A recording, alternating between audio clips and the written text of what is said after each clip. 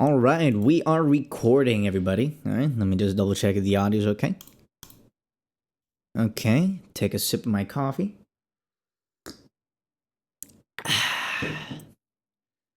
Alrighty then. Hello, everybody. What is up? It is Stan the Man, and welcome back to another Stan the Man podcast. It's Saturday, the 10th of October, 2000 and goddamn 20. How is you guys doing today? I hope you guys are doing really fucking well. Now, we're gonna get started with some local news. Yes, I am bringing back the local news and international news segment to this podcast, okay? So in local news, the Aruban government is once again slowly laxing its quarantine laws.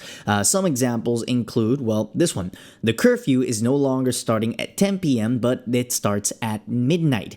Businesses can now stay open till 11 p.m. instead of only 9 p.m., but it's only under strict guidelines, okay? And some people are not exactly completely happy with that. Of course, there are many businesses who are extremely happy that they can now stay open till 11 p.m., especially businesses who are nearby the hotel strip and stuff like that, because they actually, for them, peak selling time is between 9 and 10 p.m. Okay, so they get more money in, they get to pay the employees, they get to stay out of the red. It's a win-win. But believe me or not, some of the people who aren't really happy about this are freaking DJs and entertainers, because the DVG, okay, the Dienst Volksgezondheid, okay, they basically said, all right, cool, parties and stuff like that, okay, they're still not allowed to happen because they don't want mass amalgamations of people going on, right? And of course, like DJs and event organizers, they're not happy with that. They've been losing a lot of money since the start of this pandemic, so it makes sense that they would want to, for things to go back in the full fucking swing. But we can't do that now. We simply cannot do that now. They cannot take the risk. Okay, let's just wait until the cases die down for a bit, until we know that this fucking bug is taken care of, and then we can actually, start to bring back the freaking regular alcoholic shenanigans that most Arubans are used to here.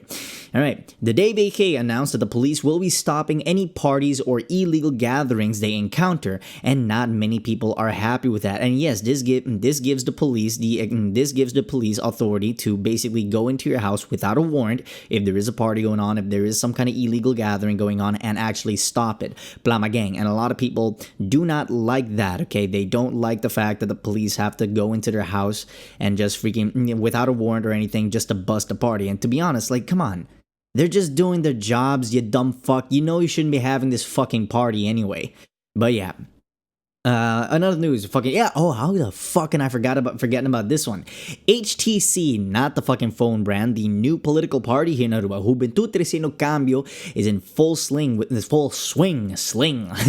is in fucking want to sling myself off a cliff after this one, is in full swing with their election campaign, okay, while also making a complete fool of themselves, but I'll talk about that in a bit.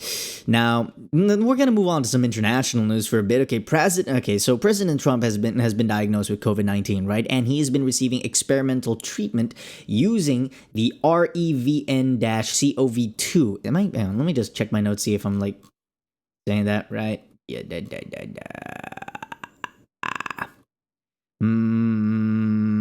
yes. Now, yes. Okay. Now, here's the weird thing. Okay, you know how President Trump is freaking anti-abortion and stuff like that. What I did some research on. I did some freaking research on this freaking treatment, this antibody treatment, and apparently it is derived from fetal tissues that originated from an aborted fetus from the Netherlands in the 1970s. Okay, so we're gonna talk about that in a bit, but for now, did you guys see the freaking vice? Okay, so we saw the freaking train wreck that was the presidential debate. Shut up, man. You're talking about smart. That whole fucking disaster. Well, we saw the vice presidential debate, and to be honest, this was an example of what a debate should truly be. They're not at each other's throats. They're listening to each other's points. They're making great counter remarks. Now, at the end of the freaking debate, fuck all that, because a fly landed on the dude's head.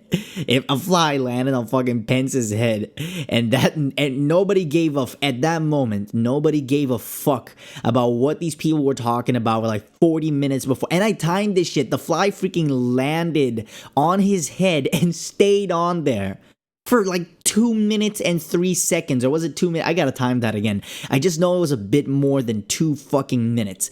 Like, and the freaking internet lost it. Nobody gave a shit about the debate. Nobody gave a shit about what this dude said. A fly stole the entire fucking show, and I just find that hilarious. We're talking about who's going to be like the second in command of the free fucking world. We're trying to listen to, instead of listening to the points these people are making, you know, points that might affect you and your family's future. Like you and your family's future to begin with. Nah, we're gonna focus on like this fucking fly that landed on them.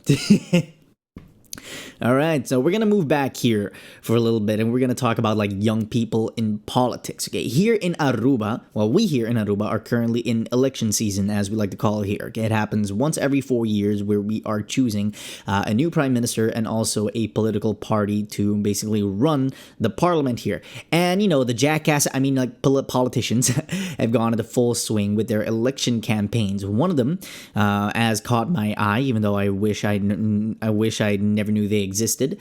HTC. Now, HTC is a political party comprised mostly of young, I would call them millennials, I think like on the cusp of Gen Z, I don't fucking know. I just know that they're between the ages of 20 to, they are between the ages of 20 to 30, okay? And like one of the questions that some of my friends have been asking me, because yeah, apparently I'm the guy to go to when it comes to politics. Look, don't ask me shit. I'm stupid. Half of the time, I don't know what the fuck I'm talking about, but I'm going to give you my 2 cents here. Should they be taken seriously? Absolutely not. I do not believe that these kids should be taken seriously. All right? Well, not yet. Okay, like have you seen the shit that they posted on Facebook? They mean well, but they're a bit too young in the game. I mean, look at, okay, one good example is Obama didn't become president overnight. He was a senator before he became president. So he had fucking years of experience in politics before he was actually ready enough to take up that big fucking seat in the White House. Now, it's the same thing here. These guys cannot expect to just start a political party and automatically believe they're going to have enough votes to basically have a seat in parliament. Okay, it doesn't work that way. Like even, okay, look at one example that I can think of is there was a new political party that formed 4 years ago. It was called POR. It was called POR. There's POR. Now, POR is the Aruban word for can or can do and stuff like that. And it was comprised of mostly political leaders who had basically defected from their old political party and hopped in a new one. Some of them have been seated in parliament, and some of them have already experienced having a seat in parliament. So that's why a lot of people knew when they made their own political party, these people, they had experience, they had years in parliament, they had some of them have made great things for the island, and great things happened for the island. So of course, they got votes, and some of them have seats in parliament today. Now, when it comes to these kids, I don't think it's going to happen. Like, I think they might have to, I think maybe in about 8 years from now, or maybe next year's elections, if they get their fucking shit together, they might get enough votes to have a seat. Now, the thing is, these kids, like, it wouldn't be so bad if you knew, okay, you can clearly see that they know a lot of stuff. Okay, they have expansive knowledge on what's going on here on the island, especially like things that go, I completely agree that they take a nice standpoint when it comes to the diminishing of opportunities, especially for the youth, for young people here on Aruba, how most young people, they don't want to stay here. Like once they graduate and earn a degree abroad, they rarely want to come back and have a job here. Because one, the pay is fucking trash. The cost of living is horrible. All right. And let's say you get a degree in engineering. Lord knows you're not going to get a job here. Nah, but they have a lot of knowledge, but not exactly the wisdom to apply that knowledge. Think of it as like okay, let's say you're at a dock, right? You're at a dock and you decide to have like the nicest, biggest yacht on that fucking dock. Now, what good is having the biggest, fastest, and nicest yacht on a dock if you don't know how to pilot the damn thing? Think of it like that. Not only that, their leader, freaking Gilbert Webb, I'm going to say his full name out loud. I do not, like, he has to atone. Like, one of the first steps that he has to do, I think he really needs to atone to the horrible shit that he has done in the past. For those who don't know, this guy, he decided at 19 years of age, he decided to open up his own boot camp, where he would take in wayward children and try to reform them.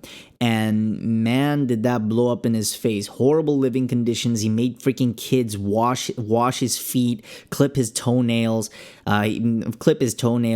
They were freaking. They let knives everywhere. Okay, when they went into the kitchen, when the fucking cops finally decided to go in and investigate, they found a kitchen of nightmares, a stove that was never cleaned, chicken that's been left in water to defrost for fucking days. That is a cross contamination health hazard. How did no one get salmonella? I do not know. But the thing is, this kid, I'm pretty sure he straight up lied when he said he had the credentials necessary. At 19 years of age, some of the credentials that he mentioned, like the HBO diploma, it takes a minimum of 4 years, maybe even 5 to get one. How the fuck did you get one at 19 without taking a stats examen? I don't believe it. Not only that, I think this guy's all talk and no walk, you know what I mean?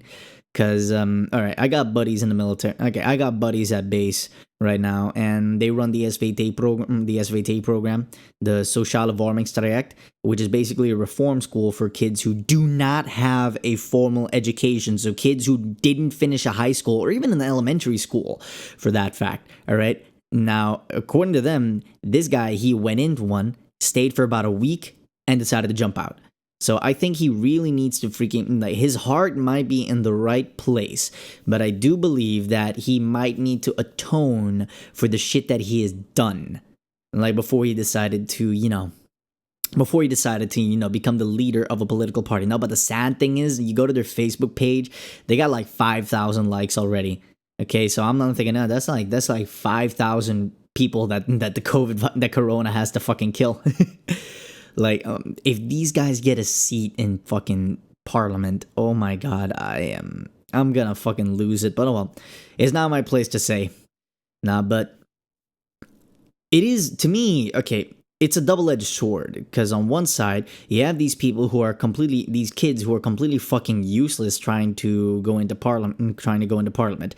And on the other hand, I do believe that it might give some other people my age who do have experience with politics, who do have, a good head on their shoulders, to actually create their own political party. I know some guys, they're freaking geniuses, but they don't have the balls to do their own thing. And I think these guys might be an inspiration for a new change to come, a generation of political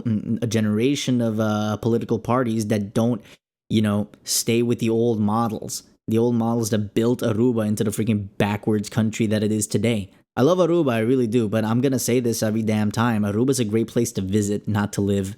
And I'm gonna take that to the fucking grave. Now, what I believe is necessary for a young person to enter politics, of course, you're gonna need, and some people are gonna fucking hate me for this, okay? You might have the knowledge, you might have the credentials, but I think you do need some experience, alright? You need some freaking skin in the game in order to do this. Because how many people do you know are really smart, educated, but when it comes to the application of what they know, they're absolutely fucking useless. I genuinely believe these kids, they need a couple of years, okay? You need to fuck up a few times. You need to take a few risks. You need to learn some lessons of risks, badly calculated risks, to eventually take those and to realize okay, cool, to figure out, okay, what works and what does not work, okay? Because if you do that fucking experiment while you're in power, it's called, the Rob Rubin effect. I can't remember what it's called exactly, but it's basically a risk transfer thing. You take the risk, but you don't pay the consequences for the risk, okay? The people end up paying the consequences for that risk. It's the same thing that happened in the stock market of 2008, in the stock market crash of 2008, okay? Some fucking dumb Wall Street brokers decided to take a fucking risk. It blew up in their faces, and who ended up paying for it? The fucking world. And you want to know the fucking horrible thing is? You want to know who they freaking sent back to fix it? The same guys who caused the problem in the first place. Oh man, nah. But I definitely think that these guys, okay, they need some fucking experience before they head in there. They need to work a little bit on their public speaking skills because Latoya, one of the girls in there, I think she tried to do like kind of an inspirational speech, and how I think she watched like one movie, like when she is talking way too fast. Like when it comes to public speaking, okay, I know this from my days as a park ranger. Sometimes you need to slow it down if you want to get your point across. Okay, you need to slow yourself down and make sure your points are concrete. And she's also stuttering a lot. That tells me that she is thinking, or sorry, that see now I'm doing it. That tells me that she is speaking faster than she is able to think. Okay, she might have a good idea, she might have a good point and a good arguments to support that point. But if you talk too fast, if you stutter a lot, which I do a fucking lot, it gives me the impression that you don't really know what you're doing, and at the end of the day, I'm not going to end up voting for you or give you the time of day. Okay, you can tell a lot from a person just by their way of speaking. And I'm not saying don't judge a book by its cover, but I always disagree with that because that's the whole point of the fucking cover. I can't remember. There was like one comedian who said that. I can't remember his fucking name. But yeah, that's my whole fucking 2 cents on young people in politics these days. I'm gonna like pause this so I can move on to the next fucking segment. Okay, no, wait. Before I get started with this next freaking segment, okay, remember Latoya, the one that I told you about, okay, listen to the way that she talks. Toxico, pasawapo ng tatrato ng ciudadano ng pasay aruba tamaneketa awora ki pavia di boso pavia di bo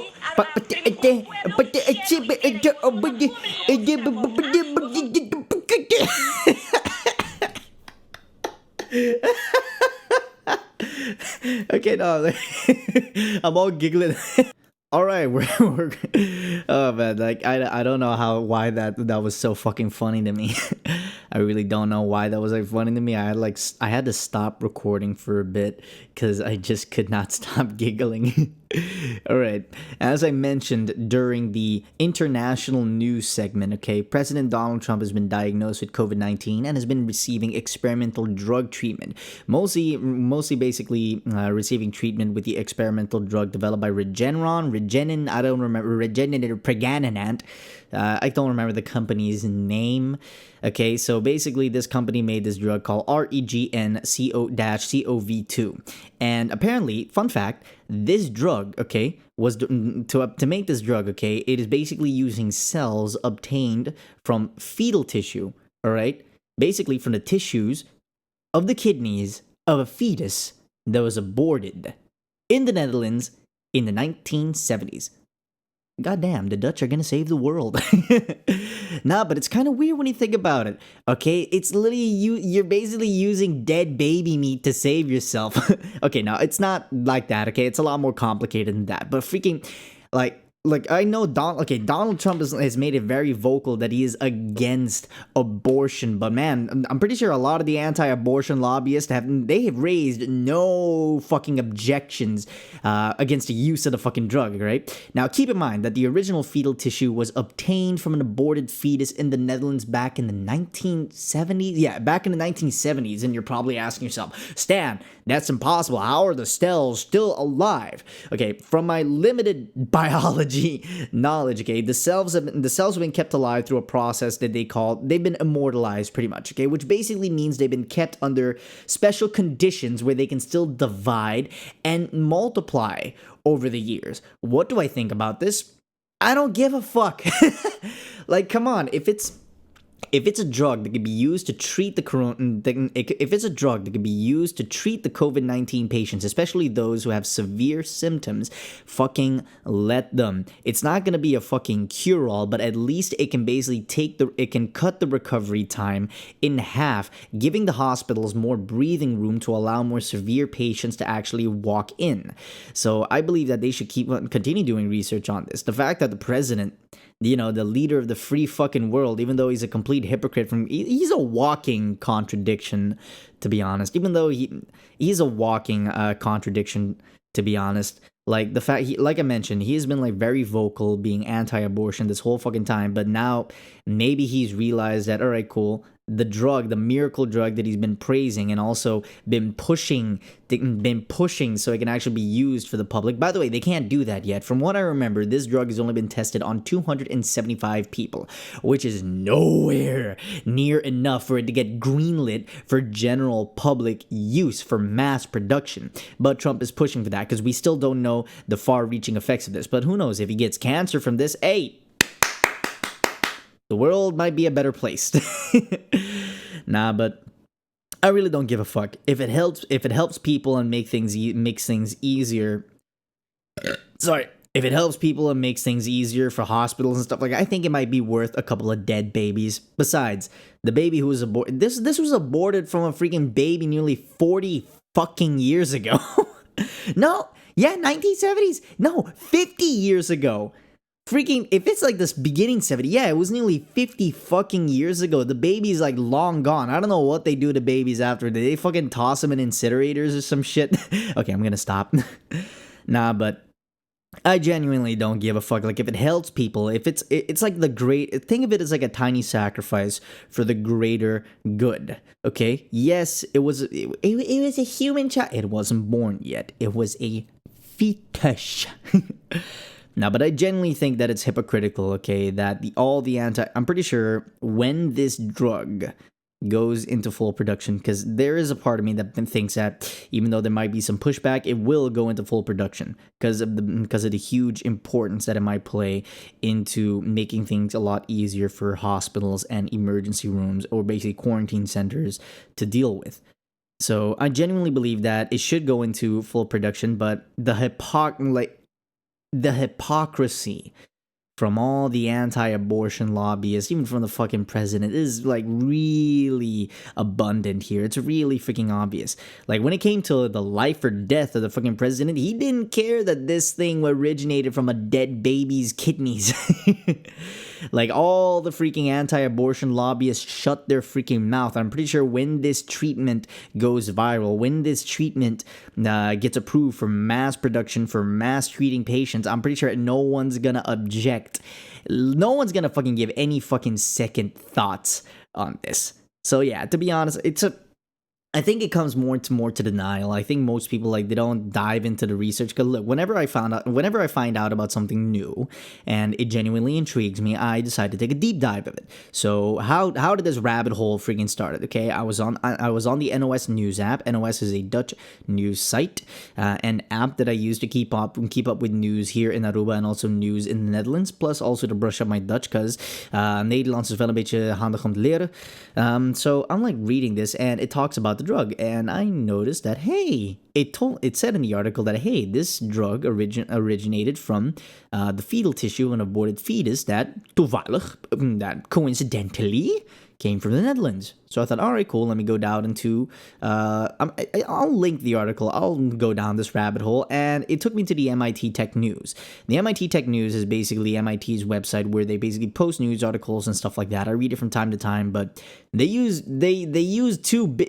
words that are too big for my tiny brain, so I don't read it all the damn time. But it explained the whole process of how they discovered the tissue and stuff like that, how all this tissue, how the cells have been kept alive by the immortalization process. I don't know if immortalization is a word, but like I mentioned, the cells have been immortalized, okay? They've been kept under very fucking special conditions to allow them to still divide and multiply over the years. So it kind of got me thinking, wait, did they just have a jar? Did they just have a jar with this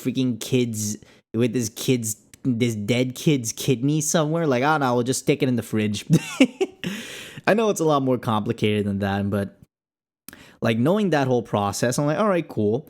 A part of me does kind of feel bad, oh man, it's dead babies, but hey, this one dead baby can save millions of fucking lives. So I think of it as more of the greater good.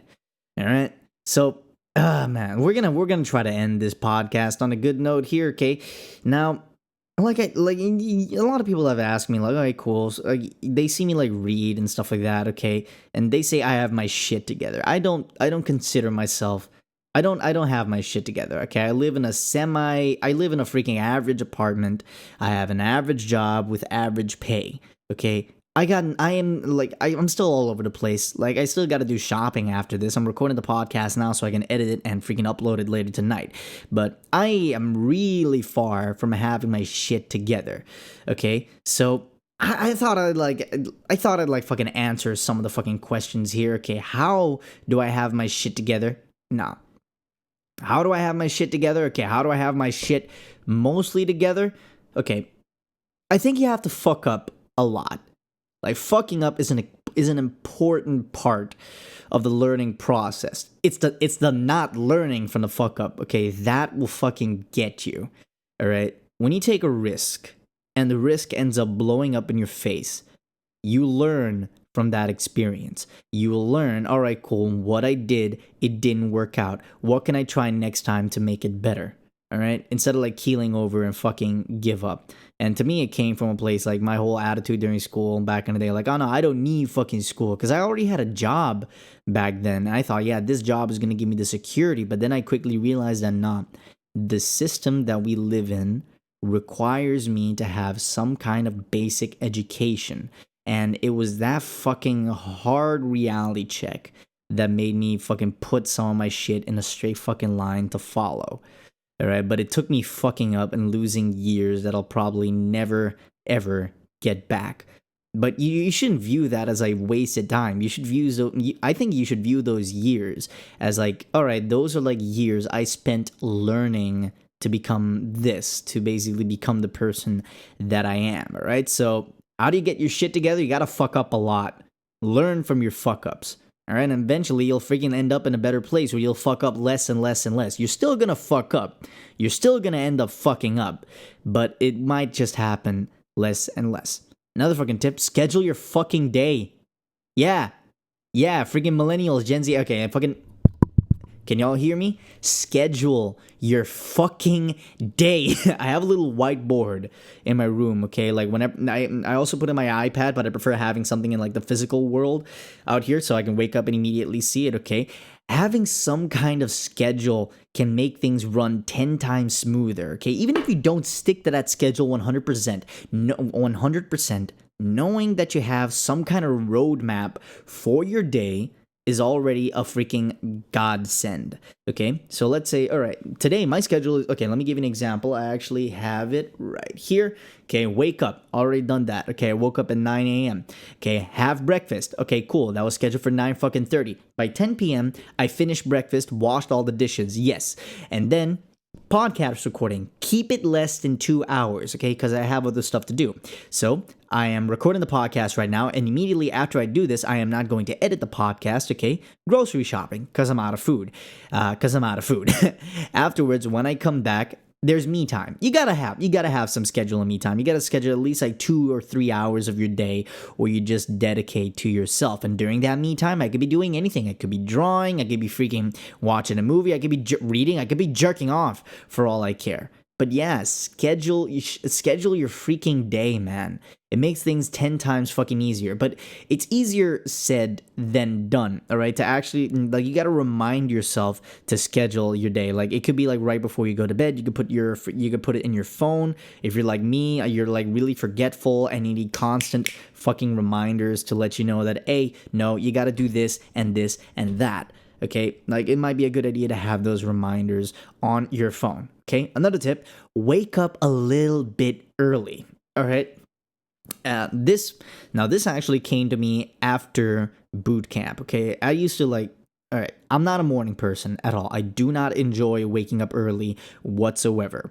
Now, but one thing I realized during boot camp is, during boot camp I had to wait to make sure we were outside for inspection on time every day at 6:30 on the dot. Okay, we thought it was a good idea to wake up at 5:30 a.m. That was already enough time for us to wake up, shave, clean the barrack, and wake up, shave, clean the barracks, clean ourselves and everything else, have the barracks nice and clean, all for being like nice on time for inspection. Okay? And the thing is, it sucked at first, but after like the first week, I've completely gotten used to it. So right now I have like this mindset where I genuinely believe, like, if you wait any time after 6 a.m. should be considered as sleeping in. Why? Because I have I have like this philosophy where I leave. I work all the way in Savaneta and I live in Kudawecha. So we're basically me and my job, we're poles apart. In order to make sure that I get to work on time and stress free, my philosophy is I leave an hour before my shift starts. Like an hour before my shift starts, I leave the freaking house. I leave the apartment so I can get to work at least a half hour on time. That gives me more than enough time to change, polish my boots, make sure everything is all right, check emails, okay, even have a nice cup of coffee before the day gets started. Now, what about your off days? I think it's still a good idea to have some kind of fucking alarm. Okay, when it comes like today, for example, I'm on vacation right now, actually. I'm on vacation right now, but I still have an alarm. It depends on what I have to do during the day. Now, remember when I said any time after 6 a.m. should be considered as sleeping in? I view it that way. Okay, but I still have an alarm to like force myself to fucking wake up. If I want to get my jog out of the way, I prefer jogging in the afternoon because, I have more energy in the afternoon than in the morning. But if I know I'm going to be like really busy in the day, like I have a family gathering or I have a podcast or I just want more time to like play video games, I will get up earlier so I can jog in the morning to get it out of the way. But when it comes to other things, okay, I set alarms for usually 8 a.m. or 9 a.m. And you're probably thinking, all right, cool. That's not that early. And I know it is. Like, to me, that's sleeping in. But even when it comes to sleeping in, you still need an alarm. Like, if you're just gonna sit in bed all day, that's time wasted. Time that you could be doing literally anything else. All right, and I like to have as much free time as fucking possible, okay? So after this podcast, I decided to wake up a bit earlier, have a schedule. It's nearly 11:30 right now, so once I'm finished with this podcast, I'm going to stop and go do some shopping. Why? I have time for that because I actually set a time for me to wake up. So if you want more time during the day, you need to wake up a little bit early. It could be before 6 a.m., it could be fucking 4 a.m. if you're insane. I've tried that. I genuinely don't like it. Yeah, and this is what I keep telling people. People keep saying that, oh no, you're such a morning person. No, I'm not a morning person. I'm a freaking get up, get it done as soon as fucking possible so I have more free time later person. Just because I wake up early, that does not mean I am a morning person. But it is a sacrifice that you have to do in order to have more time during the day. Because that's like one of the number one complaints I get from a lot of my colleagues too. Like, oh man, I don't have time. Oh man. Then you make the fucking time. What about night shifts? All right, even with night shifts, I have a freaking alarm clock. Let's say I get back home at 6 a.m. after a night shift, okay?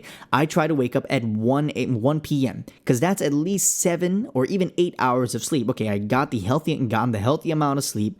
I'm gonna wake up. Sure, I'm gonna feel like fucking crap, but I want more time during the day to get more shit done, like to clean up my apartment. To me, it's kind of weird. I can handle a messy room, but I cannot handle a messy fucking kitchen. If I fucking cook and the kitchen still smells like onion, I'm gonna wipe that whole fucking shit down. Maybe that might be something that I picked up from my mom. I don't know.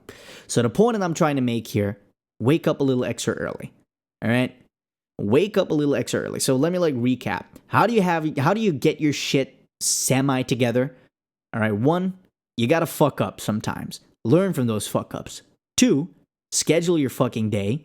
And 3, wake up just a little bit early. All right?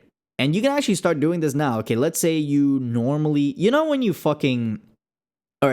wake up like without wanting to wake up, you wake up naturally and you think, oh no, it's way too early. I'm going to go back to sleep. Don't do that. Don't do that. Like, even if it's like 15 minutes before your fucking alarm clock goes off, don't do that. Okay, just freaking get up out of bed. Just freaking get up out of bed and just move on out, okay? You'll have a lot more energy. Because you've ever had that feeling, you freaking wake up and you're like, oh man, I feel great. You look over to your alarm clock like, oh man, I still got like half an hour before I need to wake up. You go back to sleep. And then the alarm clock fucking wakes up and you feel like you just got ripped. It literally feels like you were forcefully born again. And that's the fucking worst. So yeah. Those are like some tips to get up a little bit early and have like your shit semi together. All right? Yeah, I should actually stop recording this podcast now. I hope you guys enjoyed. Okay, this is Stan the Man. Oh yeah, no. Before I go, one thing I noticed on my YouTube channel: 85% of you who watch my shit are not subscribed. So if you're on my YouTube channel, feel free to freaking comment, like, hit that notification bell, and subscribe. It's like fucking 3 seconds from your damn life. Nah, I'm just joking. But seriously, you should definitely subscribe. It helps me out. Helps me out with the YouTube algorithm. Anywho, guys, hope you guys enjoyed. This is Stan the Man, signing off.